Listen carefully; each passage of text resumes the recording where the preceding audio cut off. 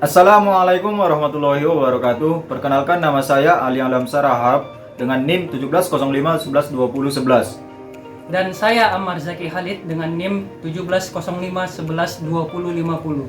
Kami adalah mahasiswa tingkat akhir program studi Teknik Komputer jurusan Teknik Komputer dan Informatika Politeknik Negeri Medan. Di sini kami akan mendemonstrasikan proyek tugas akhir kami, dan ini adalah prototipe dari proyek tugas akhir kami.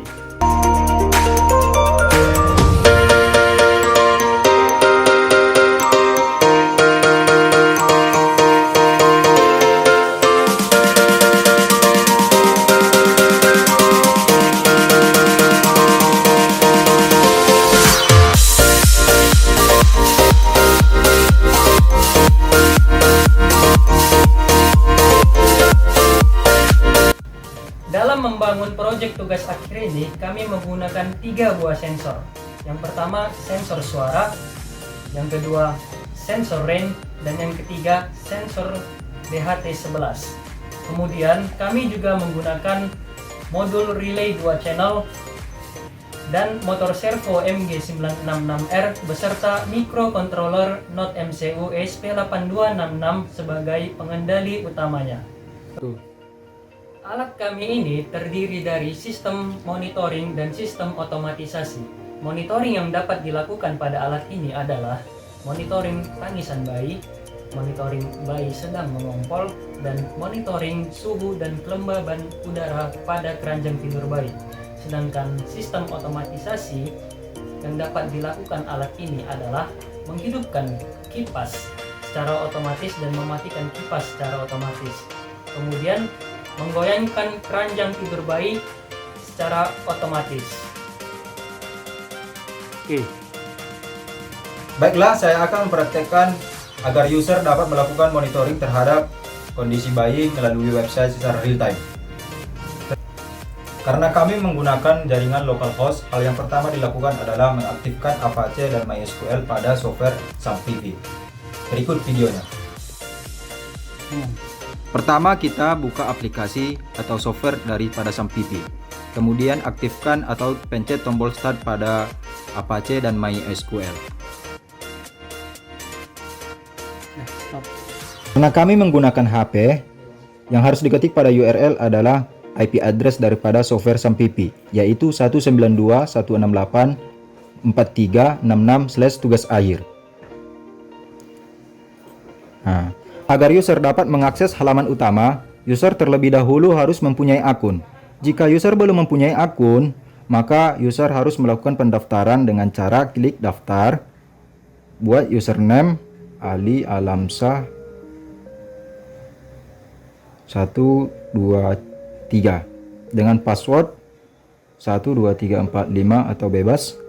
Sini saya menggunakan password 12345 dengan yang sama. Kemudian klik daftar. Maka setelah melakukan pendaftaran, maka user bisa secara langsung mengakses halaman utama dengan memasukkan username yang tadi, Ali Alamsyah 123 dengan password 12345. Kemudian klik masuk.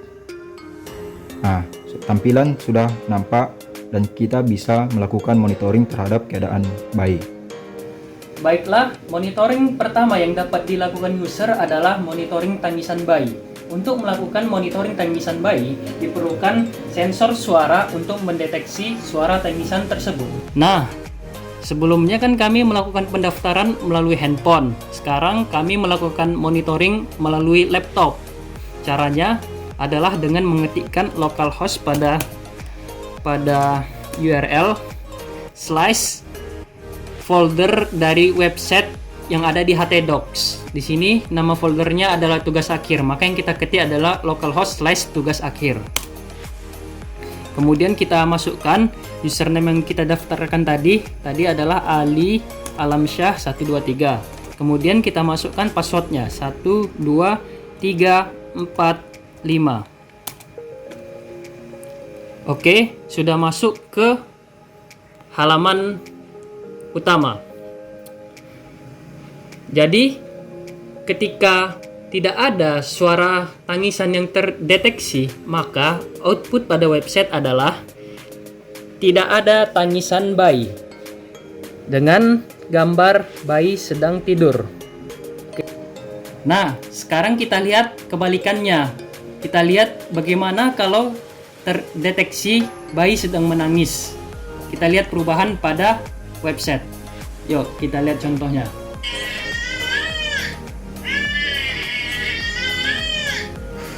Nah, perubahannya bayi sedang menangis dengan gambar bayi sedang menangis. Nah, sekarang monitoring kedua yang dapat dilakukan user adalah monitoring bayi sedang mengompol. Untuk melakukan monitoring tersebut diperlukan sensor rain untuk mendeteksi dari bayi mengompol tersebut. Di sini kami letakkan sensor rain di bawah film dari bayi. Ini bisa kita lihat.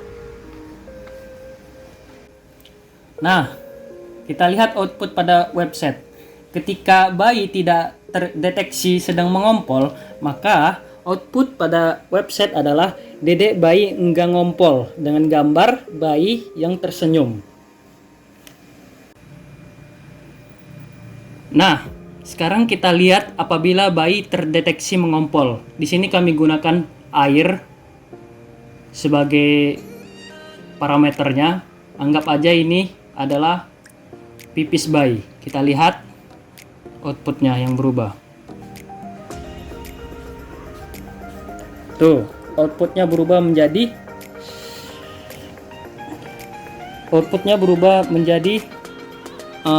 dedek bayi lagi ngompol nih dengan gambar bayi sedang mengompol. Itulah outputnya.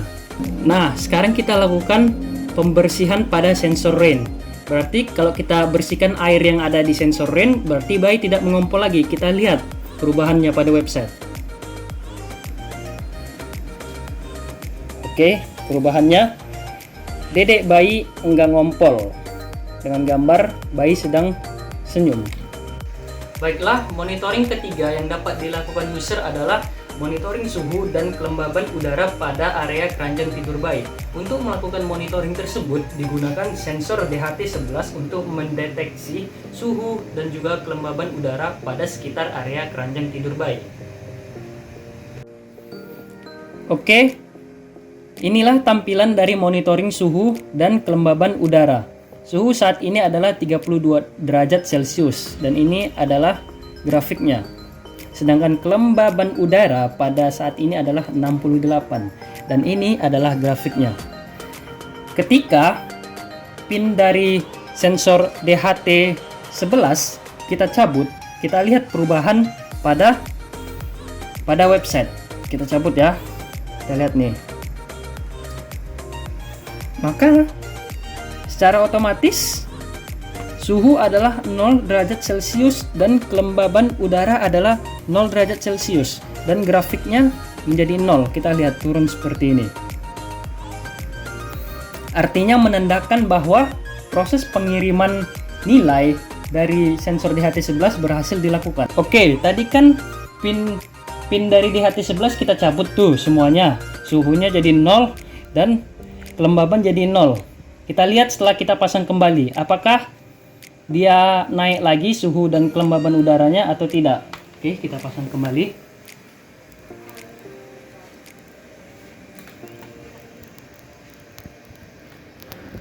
Kita lihat, kita pasang kembali.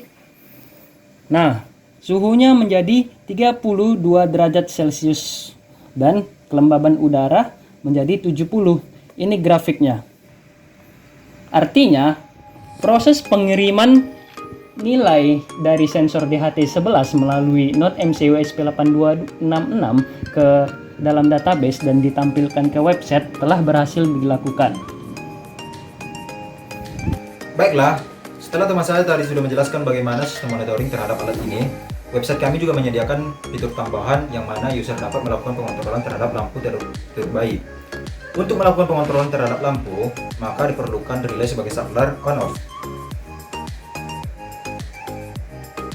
Untuk melakukan pengontrolan terhadap lampu, maka user hanya perlu menekan tombol hidup untuk menyalakan lampu dan menekan tombol mati untuk mematikan lampu.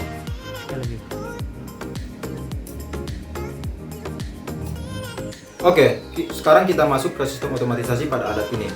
Sistem otomatisasi yang pertama yang dapat dilakukan alat ini ialah menghidupkan kipas secara otomatis dan mematikan kipas secara otomatis. Jadi untuk melakukan hal tersebut, maka diperlukan juga relay sebagai saklar untuk on off. Dan apabila suhu mencapai 34 derajat ke atas, maka kipas secara otomatis akan hidup. Namun, jika suhu di bawah 34 derajat, maka kipas secara otomatis akan mati. Oke, langsung saja saya akan memperlihatkan contohnya. Di sini saya akan menggunakan mancis, yang mana apabila suhu naik, kipas akan hidup. Langsung saja saya praktekkan. Baiklah, apakah kipas hidup? Kita tunggu, mohon bersabar.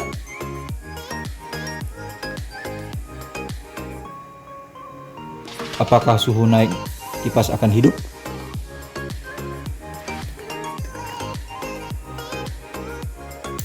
Nah, setelah saya menaikkan suhunya, kipas secara otomatis akan hidup. Yang mana tampilan di web juga berubah. Di sini terdapat suhu pada keranjang bayi terdapat 36 derajat, 20 derajat sesul. Oke, sistem otomatisasi yang kedua yang dapat dilakukan alat ini adalah menggoyangkan keranjang bayi secara otomatis. Apabila suara tangisan bayi terdeteksi, maka secara otomatis keranjang bayi akan bergoyang. Tapi untuk melakukan hal tersebut, maka diperlukan motor servo MG966R untuk menggoyangkan keranjang bayi tersebut. Baiklah, langsung saja saya akan mempraktekkan bagaimana tangisan bayi akan menggoyangkan keranjang bayi secara otomatis.